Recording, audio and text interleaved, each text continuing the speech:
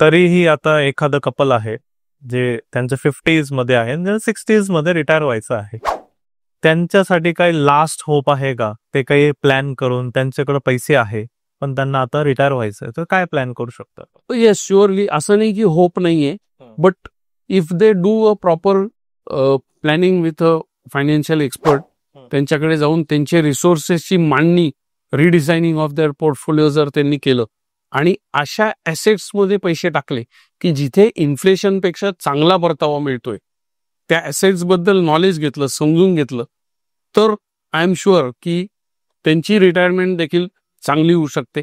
त्यांना देखील एक non compromising lifestyle post retirement, त्यांचा इन्कम थांबल्यानंतर पण ती चांगली लाईफ मिळू शकते.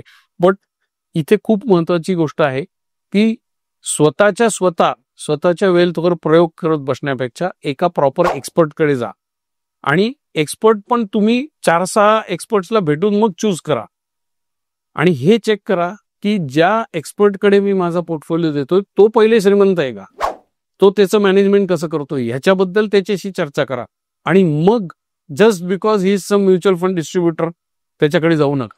Check his financials. Is he willing to share his portfolio with you? That is the litmus test. अनेकदा लोक स्वतःची 20,000ची SIP असतात आणि समोरच्याला सांगतात की तू 2 लाखाची SIP कर. बाबा तुझी आहे का?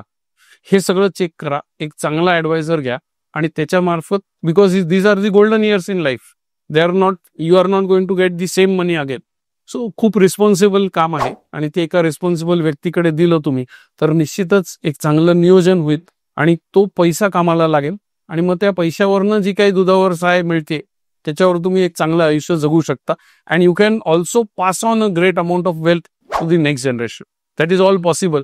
आणि याच्यासाठी मी जसं म्हणतो की typically 10 years are good enough. Anybody as you said 50व्या वर्षी जरी हे केलं तर 60व्या वर्षापर्यंत चांगलं नियोजन होऊ शकतं. बट त्याला प्राधान्य द्या. Don't give it a back seat.